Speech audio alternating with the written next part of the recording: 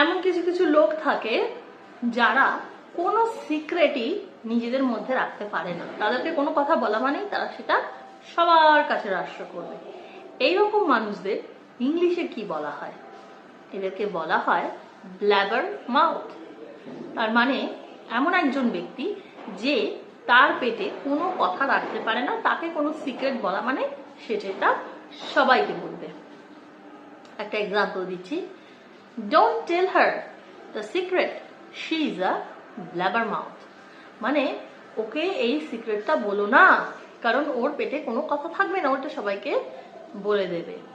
Another example, the kid was a blabbermouth, so he told the whole class about his father's promotion. ছেলেটি ছিল খুবই বড়বড়া স্বভাবে, তাই সে তার গোটা ক্লাসের বন্ধুদেরকেই বলে দিয়েছিল তার ফাদারের প্রমোশনের ব্যাপারে। Like and subscribe for more.